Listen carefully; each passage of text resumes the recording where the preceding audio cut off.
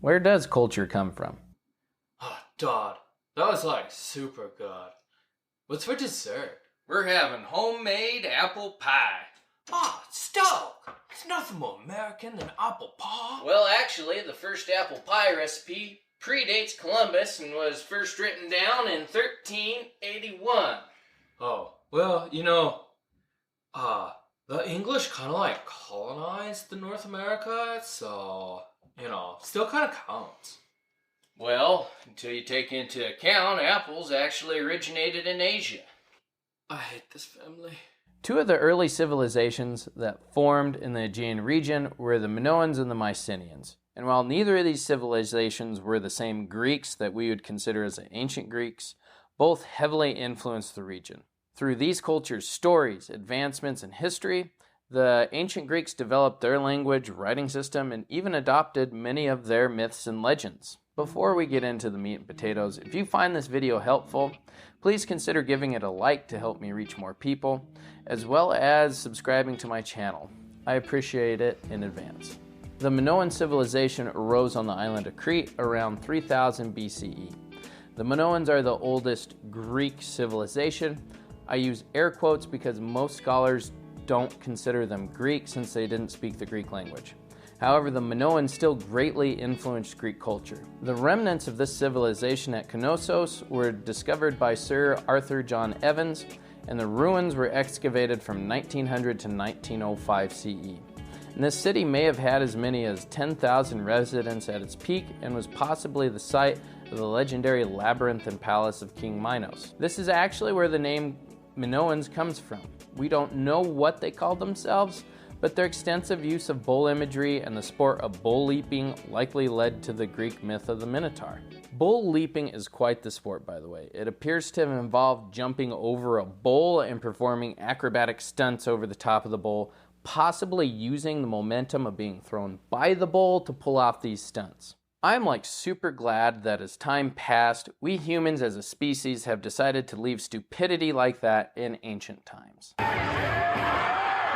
The Minoans were among some of the best shipbuilders of their time. They were able to sail for days without resupplying, and they spent their time trading goods like olive oil, wood, and pottery around the Mesopotamian world. We also have found not only their goods, but mentions of them as well in ancient Egypt and Mesopotamia. They also developed a writing system. Although the Minoans first started writing with a form of hieroglyphics, they later developed Linear A. The Mycenaeans then adopted and adapted Linear A into Linear B, which became the first written Greek language. We haven't been able to translate Minoan writing yet. Most of what we know about them comes from interpreting their artwork. Scholars are unsure the purpose of the artwork, though it is likely they just enjoyed art. Being on an island, the Minoans were protected from invasions, and as such, cities didn't have walls, and their artwork doesn't hint at any great military victories, so it's likely they were very peaceful. The end of the Minoan civilization likely came about because of an eruption of a volcano and Santorini. It ruined crops with its ash and created a tsunami that flooded much of Crete. This may have greatly weakened them as they had to rebuild and led to the eventual Mycenaean takeover. Some speculate as well that this eruption on Santorini actually gave rise to the legend of Atlantis. Many scholars debate an eruption as a cause of the decline of the Minoans, as the date of the eruption of Thera is disputed, and without records, we don't know if the Mycenaeans invaded or were welcomed in as rebuilders. What we do know is that the Minoan civilization ended about 1500 BCE. The first civilization that was really thought to be Greek was the Mycenaeans because they actually spoke Greek. This civilization existed during the late Bronze Age between 1700 to 1100 BCE, peaking between the 15th and 13th centuries. The Mycenaeans were not as peaceful as the Minoans. They built walled cities and fortresses so large and sturdy across the Greek peninsula that classical Greeks believed they were built by cyclopses. The largest of these cities was Mycenae. Or is it Mycenae? Is my phone near? Mycenae. The largest of these cities was Mycenae. Hence why we call the civilization the Minoans. The relationship between these cities is unknown. Large palaces have been found in many of these ancient cities, as well as large halls that may have been early Greek versions of Greek temples. These cities were influenced by the Minoans. Minoan architecture, art, and religious practices were adopted and adapted by the Mycenaeans. Though while their art contains the Minoan focus on natural forms and flowing design, Mycenaean art was more schematic and less lifelike. A lot of their art centered on the military and often pictured soldiers wearing boar-tusk helmets. Discoveries of actual helmets by archaeologists have actually helped corroborate Homer's poems. Homer even suggests that boar hunting was a part of the warrior culture. As I mentioned before, around 1400 BCE, the Mycenaeans conquered the island of Crete, and it's unknown if it was by invasion or peaceful annexation.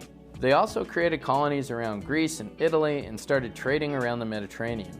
Archaeologists have not only found foreign goods in Mycenaean cities, but also Mycenaean good in ancient ruins throughout the Mediterranean. This trade did not make the Mycenaeans any less warlike. Some historians believe that it was the Mycenaeans that attacked and started the legendary Trojan War. They also took the Minoans' Linear A and adapted it to the Greek language, creating Linear B, which is the first written Greek language. Most inscriptions that have been found are receipts and registers, but there have been a few discovered that pertain to Mycenaean military activity. Interestingly, there are records on sacrifices to their gods, and many of these gods had the same name as classical Greek gods, such as Zeus. It's unknown whether there is a continuity between Mycenaean gods and classical Greek gods, though. Around the 1200s BCE, the Mycenaeans fell into decline, the reason of which is debated. It may have been a natural disaster like an earthquake, overpopulation, political unrest, invasion, or a combination of those factors. Whatever the cause, most Mycenaean cities were reduced to villages by 1100 BCE. This started a period referred to as the Dark Age by historians, which lasted till about 800 BCE. The Greeks lost the ability to write until the invention of the Greek alphabet, which is a completely unrelated writing system. These cultures, while separate of what we think of as ancient Greeks, helped shape Greek culture. Minoan culture spawned myths that were recorded by Greek poets, as well as greatly influenced the earliest Greek-speaking culture. The Mycenaeans also had their fair share of contributions to Greek culture, most notably in Greek heroes such as Achilles and Odysseus, and their exploits in the Trojan War. Classical Greeks also viewed the time of the Mycenaeans as a golden era, where people respected gods, warriors were braver, and life was just less complicated and more decent. Anyways, please don't forget to like and subscribe, and until next time, I will miss you all terribly.